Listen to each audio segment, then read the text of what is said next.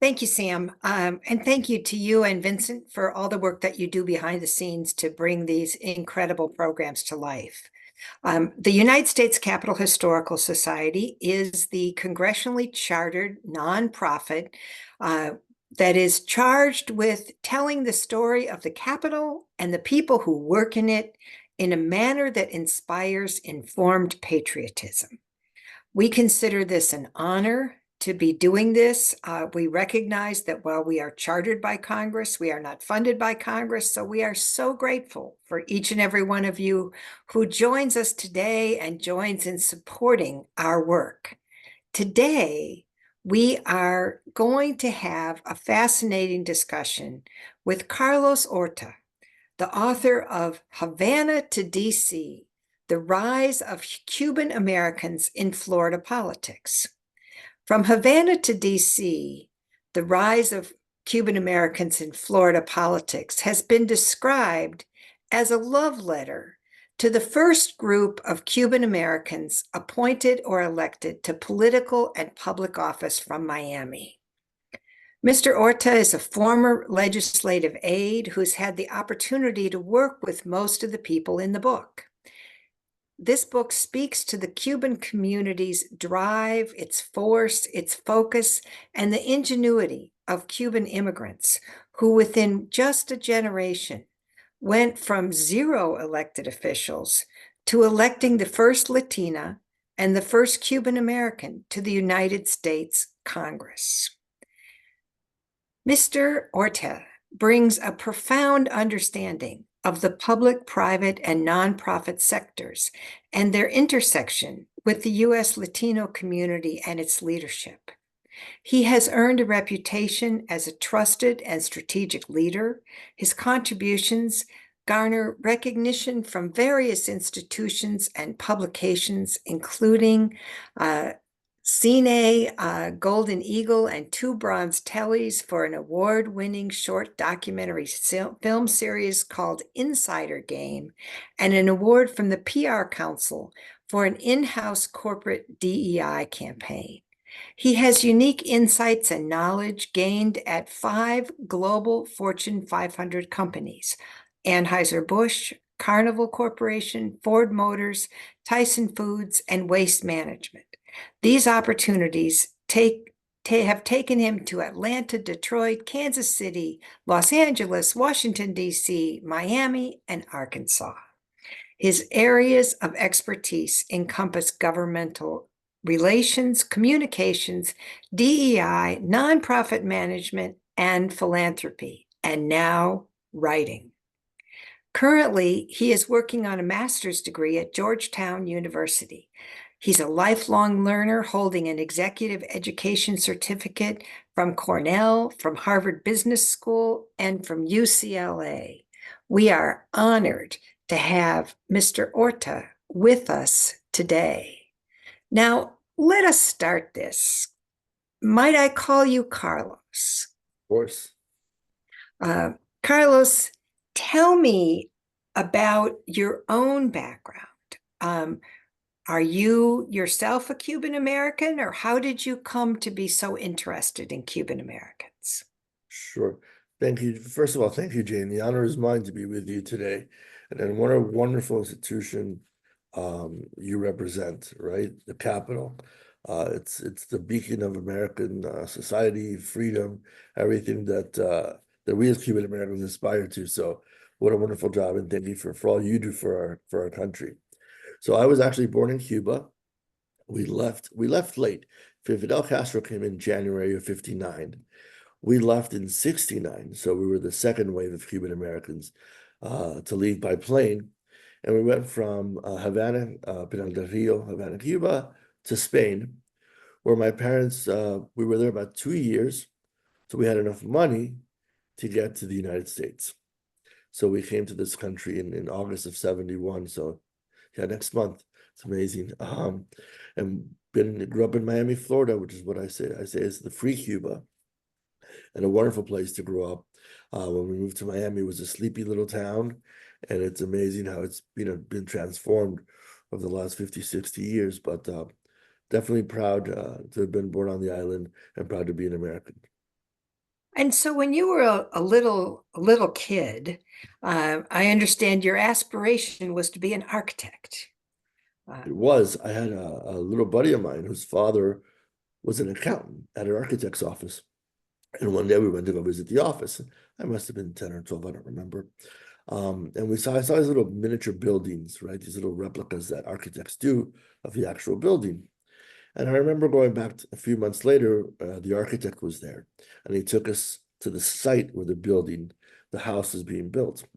And I was amazed that this little structure that I had seen, right, a few months before was now this building, this huge building in front of me. And that just fascinated me. And I decided this is what I want to do. I just want to be an architect. I want to build houses.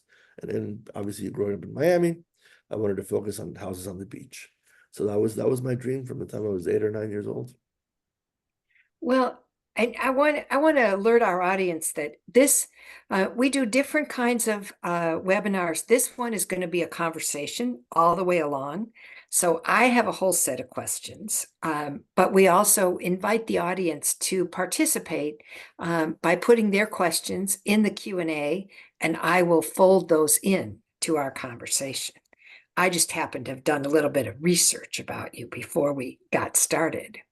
So I understand it was about 36 years ago that you had an opportunity to have an internship with someone who really made a difference in your life. Would you like to tell us about that experience?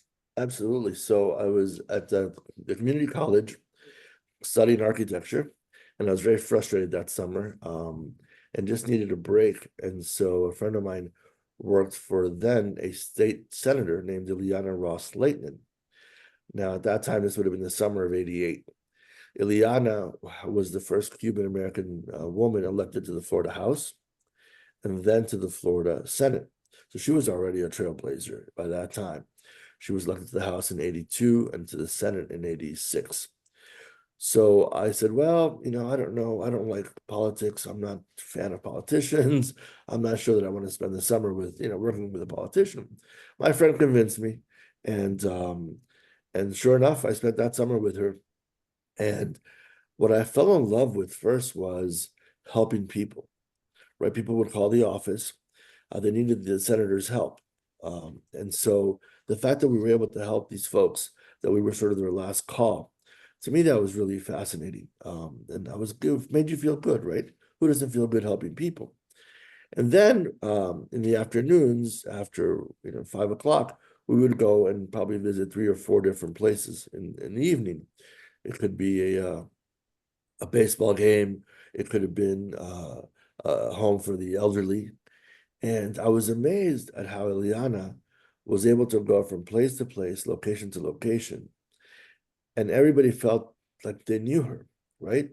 So you should be at a suite at this wonderful Joe Robbie Stadium, which is a former football stadium, or hanging out with 100 folks that are in their 90s, and they all loved her. And I thought that was fascinating how somebody could get along with that spectrum of people.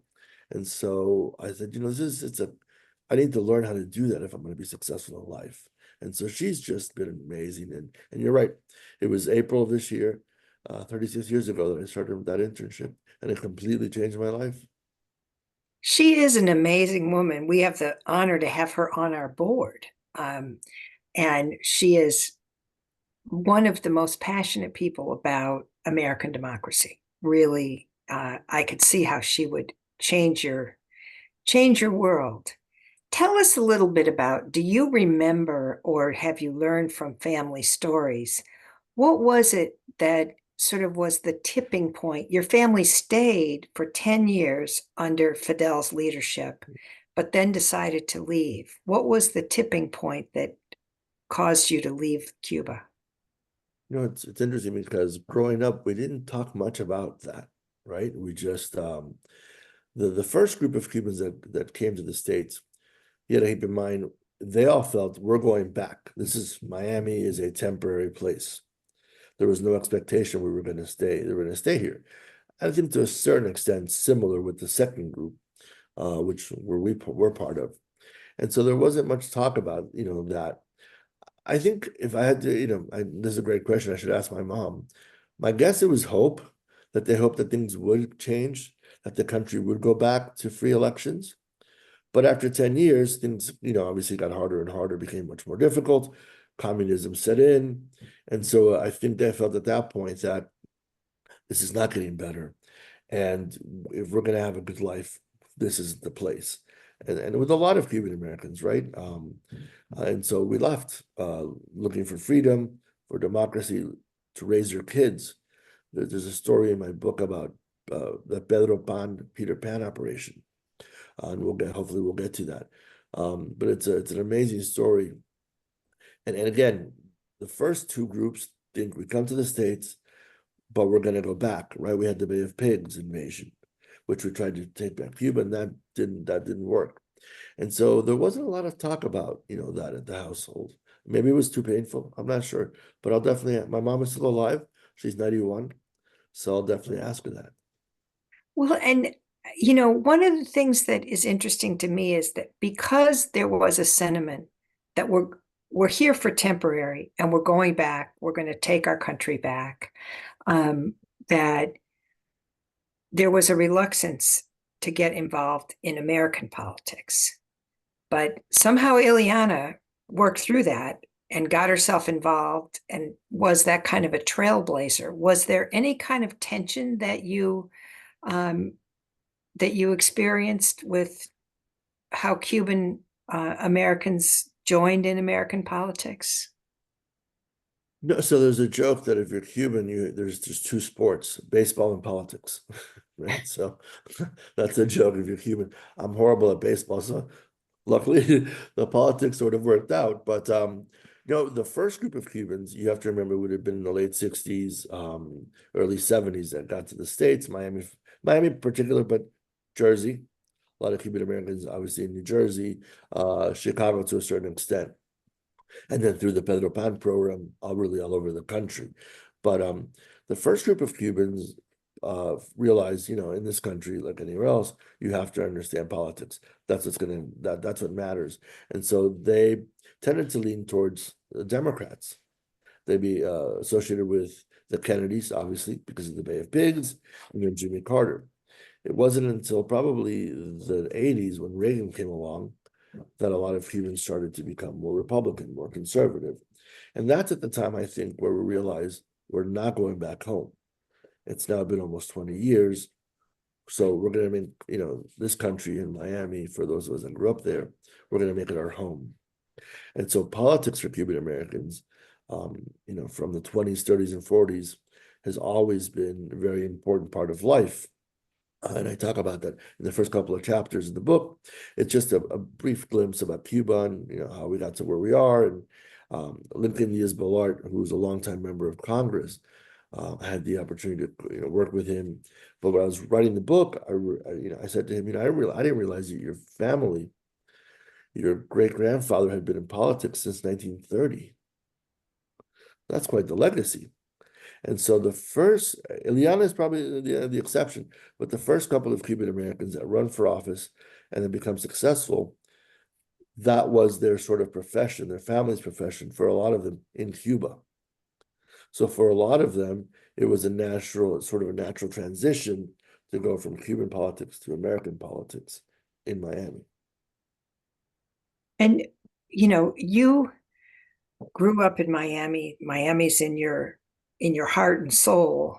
How do you think growing up in Miami at the time that you did, with the kind of, you describe it as a sleepy town, and now if you go to Miami, it's a cosmopolitan international city of, great significance. How do you think your experience in Miami has influenced your future, your growth, what you're doing now? Sure, yeah, no, now you can't get any sleep in Miami whatsoever, right? So many opportunities to go out and all kinds of things you can do there 24 hours a day. But when we got there, it was a small, sleepy town. If you remember the 50s, a lot of the folks that fought in the wars, they had spent their summers in Miami Beach, right? Sort of training. When the war's over, they remembered, and this is what a beautiful place it was. It was very affordable. So they start to come in a sleepy little town.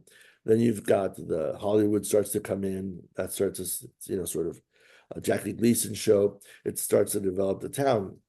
But Miami, with proximity to Latin America, right? So that's huge for us to be down there, to be everybody from Latin America stops in Miami and it goes everywhere else. So that's number one. Number two, it's very similar, the weather, right, to Cuba, the tropics, the Caribbean, right? So we felt right at home with that, with regards to that. And so once we realized we're going to stay there, this town, well, we're going to make this town better, right? We're going to contribute. We're going to build it up. We had some really great, Maurice Ferre, who was the first Hispanic, Cuban, Puerto Rican mayor of Miami, really had this phenomenal vision for what Miami could be. And a lot of that was international. Like San Diego, we sit on the water. So if you're ever flying to Miami, our skyline today is just gorgeous, right? That wasn't the case. So little by little, everybody added to it because we felt, well, this is where we're going to be. We're going to make this, the greatest place on earth. And I think that's one of the things that it really has transformed Miami is all that influx of Cuban Americans in the 70s and the 80s. And today, like you said, it's everybody wants to be down there. It's a phenomenal city. And it is a microcosm of, I think, what the rest of the US or certainly big cities will look like. In politics, for example, you always talk about, Asian Americans, African Americans, and Latinos, right? But within Miami, within the African American community, there's diversity. You have Haitians, you have Bahamians, you have Jamaicans. So it's not just African American. Within the Latino community, you have obviously Cuban Americans, but there's been a huge influx of Venezuelans, of South Americans, Central Americans that make up Miami as a whole. Even within the white community, you have, the Aventura, very Jewish part of town, South Dade, conservative part of town.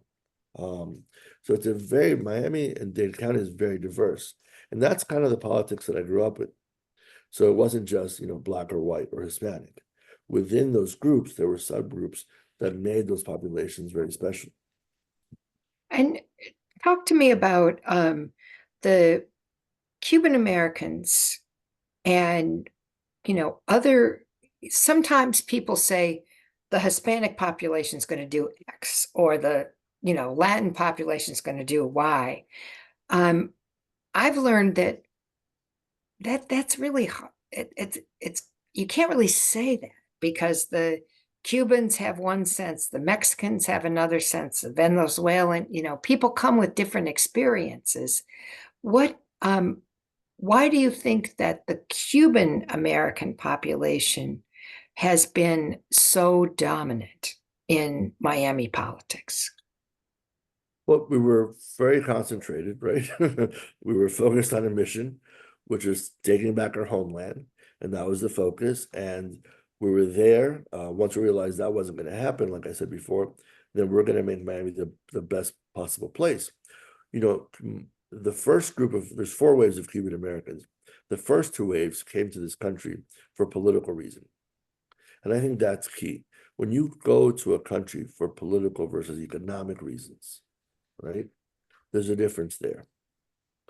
And so my mom has a master's degree. She had it in Cuba. Her sister had a PhD, sort of unheard of for women in the 50s, right? In the 60s. So the folks that come here for, at least my experience has been for political reasons, is they were doing well or doing okay in their country. And they left all of that for fear of how bad it can be. So when you start, yes, you start over, but you start over with knowledge, right? You start over with that sense of, I've done it once, I'll do it again, kind of mentality. When you come here for economic reasons, it's a little different. The mentality is, well, it's really bad in our country, and so it's going to be better somewhere else, even though we may think, that it's not. Does that make sense? That makes sense. But there were Cuban Americans who had come to New York and Key West, in the 19th century as part of the Cuban intellectual community. What, what's the story about that? You think about, sort of the stories of, people before, before you had Fidel, there was a lot of back and forth between Cuba and the United States. And what's going on? Is there a remnant of that kind of interaction? Well, certainly in Tampa, Ybor City, right? That's a cigar rolling capital of Florida. Um, that was pre-Castro. A lot of Cubans who were, whose family came through Spain, came up and settled in the Tampa area. And again, there's a whole, if you've not been to Ybor City, you should go. It's really a fun little place. Those Cuban Americans obviously were different than the ones that came after Castro, right? They came here for different reasons, as you said. Um, Again, the weather is very similar. We're 90 miles away. In Cuba in the 50s, my dad would tell me it was a phenomenal place to vacation, to spend time. A lot of Americans, the Frank Sinatras of the world, right, would go down to the casinos and entertain. So Vegas wasn't built yet. So what was here in terms of quick hop, skip and a jump from the United States was Cuba, and so it's the largest island in the Caribbean. I think it's 12 million people today, so it's sizable. And it's always been fascinating because I think the proximity to the U.S., right? And again, I write this in the book about how we started 300 years ago, and that proximity, and you go back to Teddy Roosevelt, being in Cuba. So there's always been that Cuban American sort of going back and forth relationship with the island. And I think that's part of that mystique. So tell me your perspective on Cuban American relationships now. There's been fits and starts of, reopening diplomatic ties, trade, allowing families to go and visit. And then it opens and closes. Yeah, and again, what I'll tell you is, in terms of a community, right? And I'm doing some research now, but I don't know of any other community that has been able to dictate, right, the United States policy towards its homeland the way Cuban Americans have. Right? If you think about it, right, with the embargo, right, Lincoln Diaz Balart codified that into law. He didn't do it by himself, right? He had others that were helpful to him. But as a community, again, it's that singular focus that I think we have on how terrible communism is, socialism is, and so that's with the singular focus you're going to put all your effort. We had a lot of business men and women in the 80s and 90s that became politically active, that contributed, right? They were building Miami, but they also knew they had to be part of the politics. And so Ileana, I mean, she ended up being, I believe, the first chair of the name escapes me now, the committee, Foreign Affairs Committee. The first woman, forget about Latina. That was the focus, right? And so once you get focused, you're probably going to be successful at what you aim to do. And so what do you see as the future, for Cuban American relations? It's the change I've always felt has to come from inside the island. That's there's, like I said, 12 million people there. I think that it's going to take more time, but we have to keep up, continue to push and push for democracy. To us, that's the most important, is the free elections, the democracy, what we have in this country today, right? Which is why a lot of us, most of us came here to avoid. If you think about, and again, the Peter Pan exodus, this is a time in Cuba when parents would put their children on planes to send them to the US, not knowing if they would ever see them again. I mean, can you think about that, Jane? If you had a child who was 12, 13, 7, and you said, my God, this, where we live today is so terrible that I'm willing to put my child or my two kids on a plane through the church, Catholic Church, put them on a plane, send them to the US in hopes that one day we'll get together. But if not, they will have a better life. That's an amazing story, right? That I don't know as a parent I could do that. But that's how bad it was. And so again, there's those motivators that and once they got here, these kids, a lot of these kids, the Pedro Pan, Peter Pan kids, became very, very successful. We had a United States Senator, Mel Martinez, was a Peter Pan.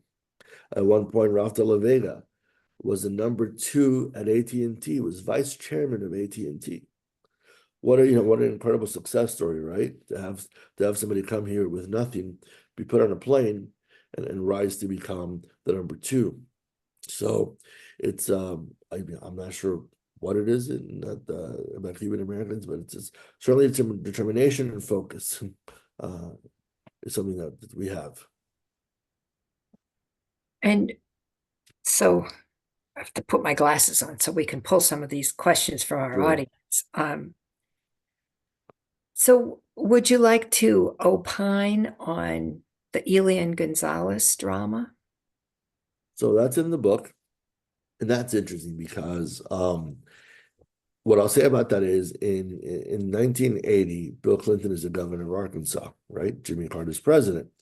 We have the Mariel boat lift, which is when Castro lets go about 125,000 Cubans, sends them off to the US, or says to Cuban Americans in Miami, you can come pick up your relatives. Within that group, there are some folks that aren't the best citizens, right? We'll say that. The most upstanding citizens.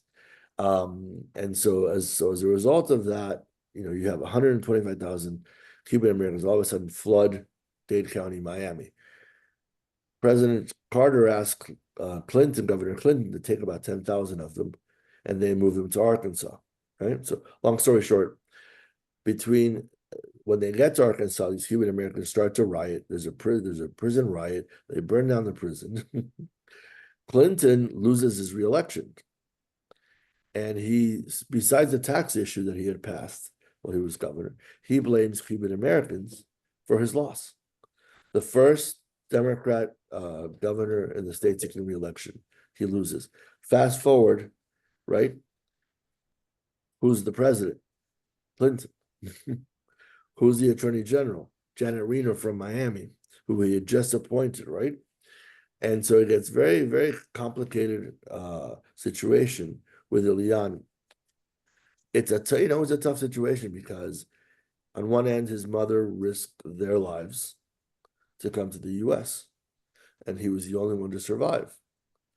On the other end, you had the father back in Cuba saying, I'm still here, he belongs to me, right? But in the book I write about is the way that they did it.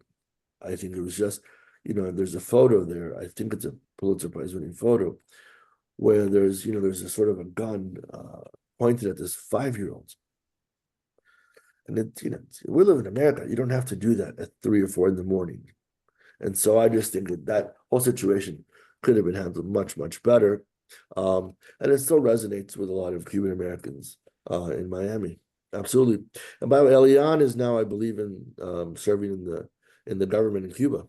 He is. And so, he's in the 30-something. Yeah. So, obviously things turned out well for him, and he's reunited with his family and his father. But I think it's just the way that, and it was all, on television, right? The way it was done to take this 5-year-old innocent little boy out was just completely unacceptable. Just completely unacceptable. And that had a lot of other repercussions, within the politics.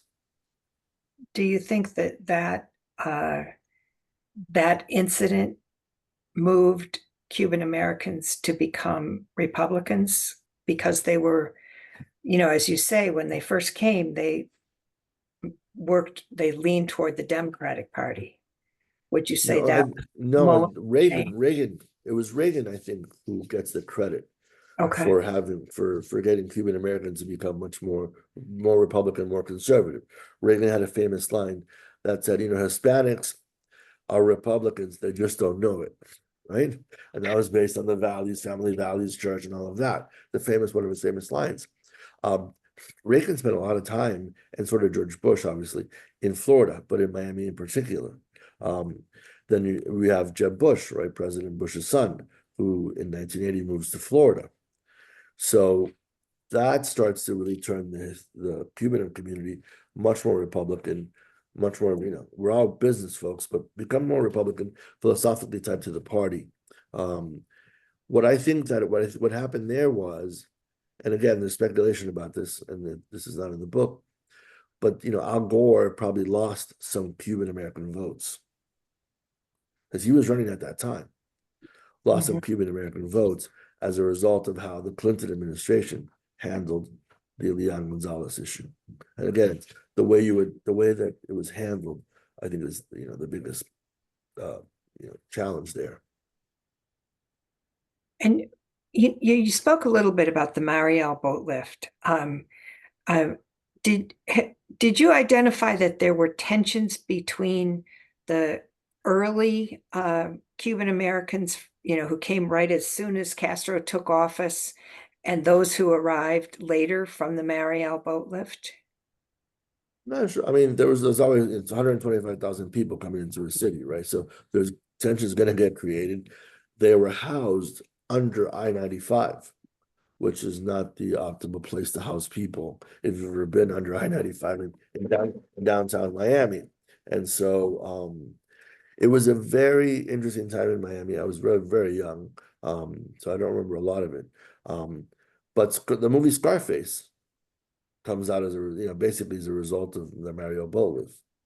The main character, Tony Montana, comes through Mariel, right? And so and it was filmed, I think the first 4 weeks were filmed in Miami, and then the Cuban community objected to the filming.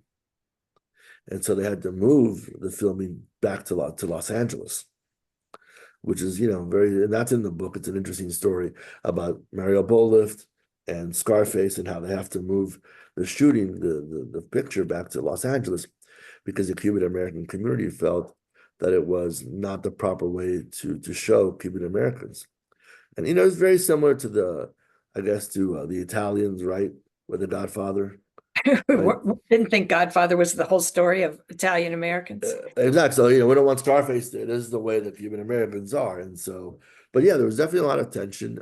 Again, the majority of the folks that came through Mariel, or that we went and we sort of, the families went and picked up were phenomenal citizens.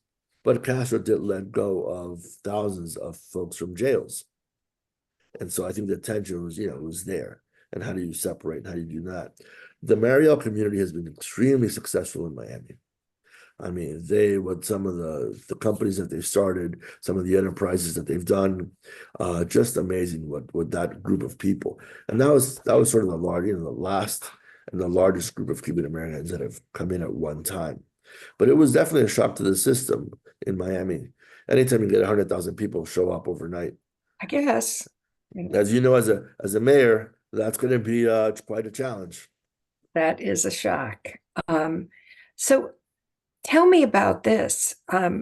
You talked about Scarface, and has there ever been a movie or is there a good book if people want to learn more about the Peter Pan story? I know a couple people who came as Peter Pan kids.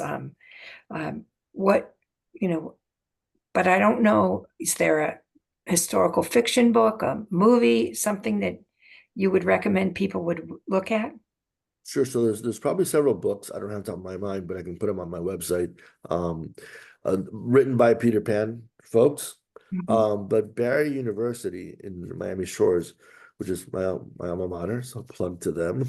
There you Uh, go. they have a phenomenal center on Peter Pan and all things that you would need to know and want to learn. A lot of it is online, I think. But if not, certainly Barry University. Go to their site, visit them. I think the University of Miami has some information.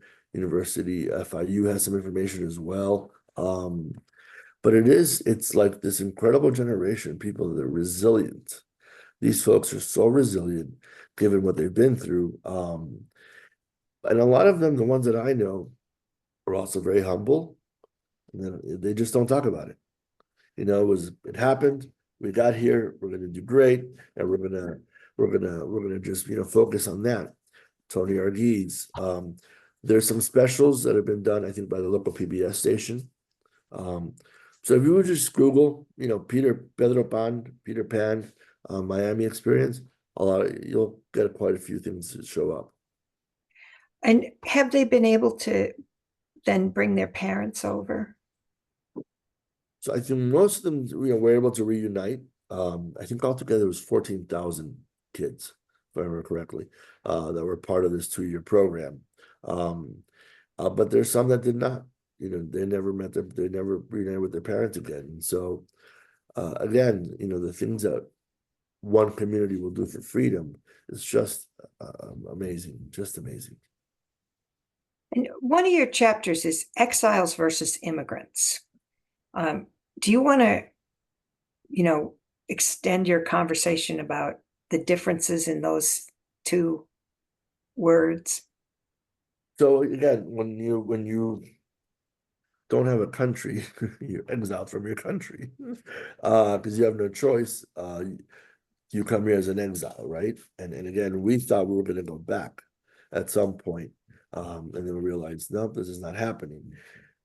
It's different than coming in as an immigrant, right? Again, I'll go back to my the discussion when I say at least the first group of Cuban Americans, second group, the education was there, right? So we fled here because of political reasons. So similar versus economic reasons. Similar tie into that, right? And so there are differences, there's slight differences. Again, because if you've been successful in your country before, you had a business, it's going to be it's going to be hard when you go someplace new, but you have the know-how and you know how to do it. Versus if you've never had that experience, it becomes so much more difficult, right? So much more challenging for you to start something new or a business if you've never done that before. And so, there is slight differences. And I wanted to show that to people, that just to be aware. And, there's been a lot of conversation about the role of the Spanish language. Should everyone speak English? Should we offer things on a bilingual basis? Every time I've been to Miami, the dominance of the Spanish language, my daughter drives me. She thinks I'm, useless because I can't speak Spanish. She did her Peace Corps work in Peru, and is completely fluent. She's always threatening that if she has children, she's going to speak only Spanish to them, and then I will finally learn. But, I have often had the experience in Miami of not being able to understand the conversation because I only speak English. How does, what's the thought among Cuban Americans about that? I mean, today I would say obviously the majority of Cuban Americans speak English and Spanish and Cuban, right? So we have some words that only Cuban Americans would understand. We're probably the only country who only speaks one language, if you think about it, right? If you go to Europe, you go to any place in Europe, they speak 3, 4, 5 languages. It's amazing, right? And so I always felt, why would I not want to speak as many languages as possible? But certainly 2 or 3 languages, right?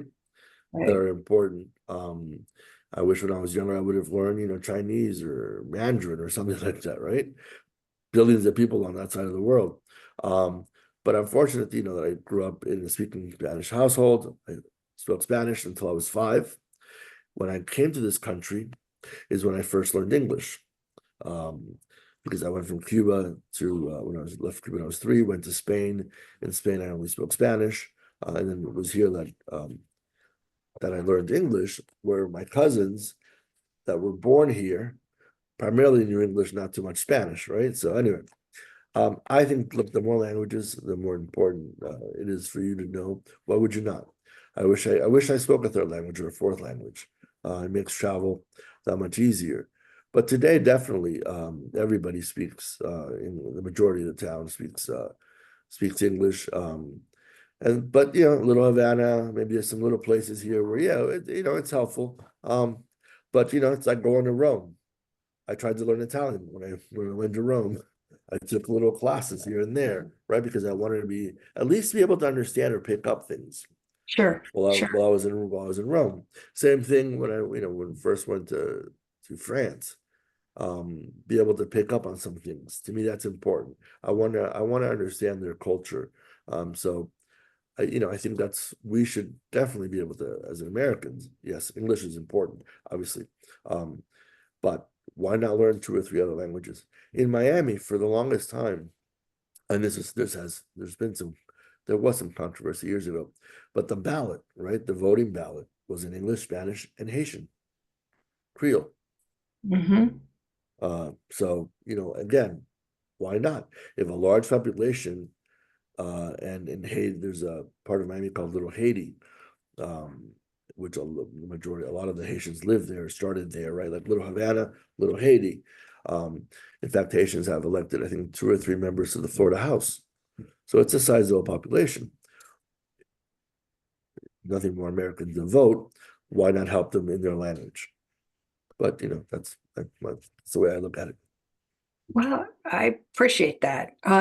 Now, there's especially when you talk about exiles versus immigrants, there's some commonality with the Cuban Americans who came, because really for political reasons, as you say, that there are many who are now Venezuelan Americans who have come for similar political reasons. Yep.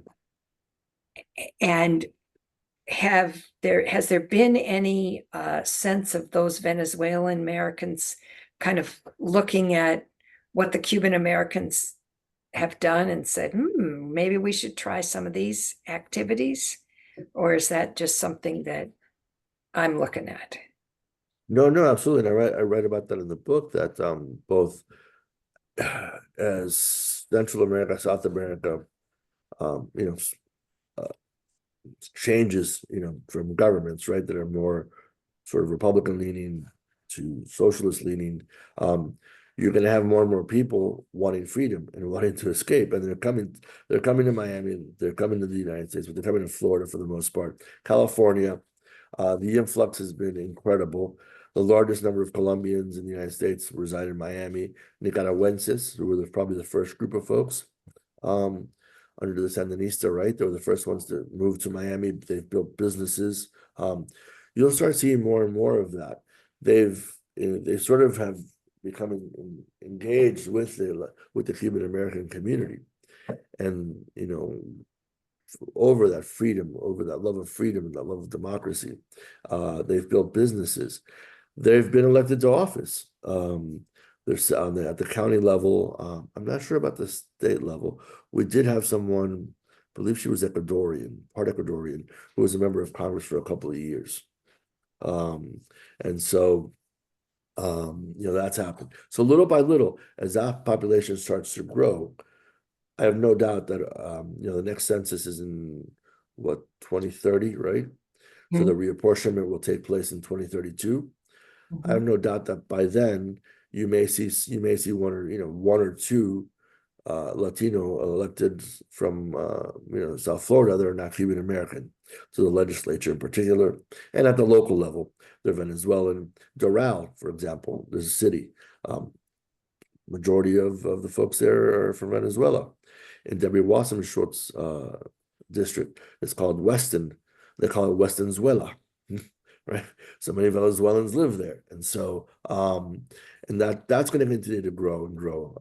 That's not going to change, and there'll be more and more representatives. Just like I said, the Haitian American community, they've got 2 or 3 folks that are Haitian.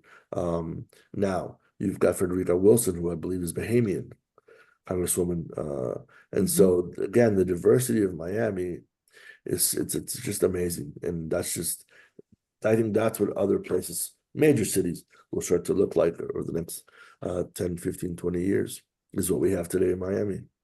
Have you seen any of the, as you spoke about the Cuban American community and the intensity with which they work to influence American foreign policy toward Cuba.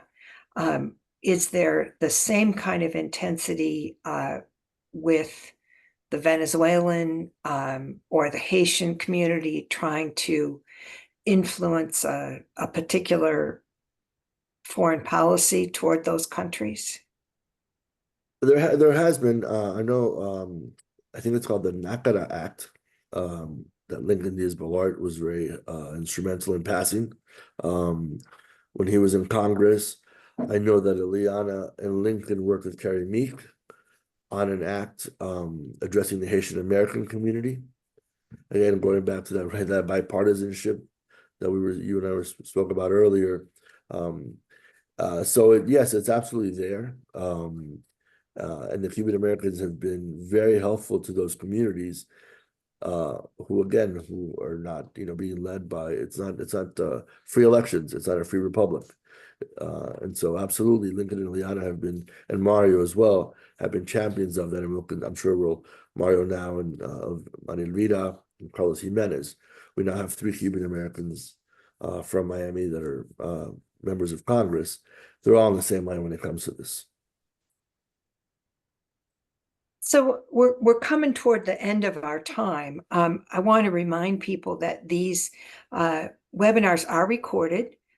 It will be on our website. So if you found this interesting and you say, oh, I have a friend who really would enjoy this, it will be available on our website, on our YouTube, and we will send information to everyone who registered about how to access it, as well as how to access Mr. Orta's book, because if you found this conversation interesting, I feel confident that reading the book would be even more interesting. But I want to give you an opportunity to sort of give us your opinion about the future. That you've written this book as you say, a love letter to Cuban American politicians who have captured the spirit and gotten involved and really, mixed it up in the fray. Think about this in 25 years. If you were to write version 2, what would the Cuban American political leadership be doing? What should they be doing? And how is that resolved? How is that changing over time? That's a great question. By the way, in the book, although it talks about obviously Lincoln, Ileana, Mario, and some of the folks that were there at the very beginning, at the end of the book, I recognize the new generation of Cuban Americans who are now in politics, and I highlight several of them. But one is I interviewed Daniel Perez. He's going to be the Speaker of the House, the 3rd Cuban American to be Speaker of the House this November. So amazing that in 20 years, Senator Rubio was the first Cuban American to serve as Speaker of the Florida House. Jose Olivas was number 2, and now we're going to have Danny Perez be number 3. There's a state senator, Alex Calatayud, who's 28. She's 28 years old. She's already a state senator. She was inspired by Ileana Ros-Lehtinen to run for public office. Danny, and I want to make sure that I included Danny and Alexis there because they are the future. They are the next 25 years of what's going to happen in Florida politics. And so they'll answer their own questions in the book. But I think Miami's going to continue to grow, continue to be a great place. We're going to be more and more folks from Central and South America will come to Miami. Obviously, we want to see free elections. We want to see a free Cuba. I think that, will we see it in our lifetime? I hope so. In my lifetime, I hope so. And I think that's what, the majority of us strive for, right? That free Cuba, the free elections. Who knows in 25 years? But this new generation of elected officials, in particular with Danny and Alexis, they're amazing. When I think about when I started, I was 21 years old.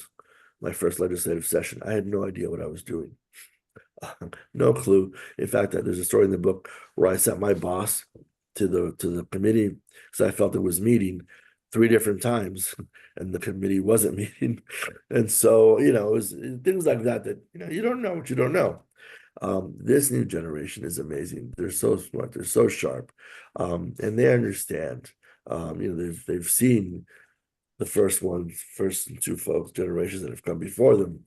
And so I have no doubt that our future is super bright when it comes to elected officials in Miami. And I hope we have a governor. I hope we have a Cuban American governor for Florida. Today, the lieutenant governor is Cuban. She's a Cuban American. We've had Carlos Lopez Quintera was Cuban American, was lieutenant governor under Rick Scott. But I would love for Florida to have a Cuban American governor. Bob Martinez was Spanish, not Cuban, mayor of Tampa.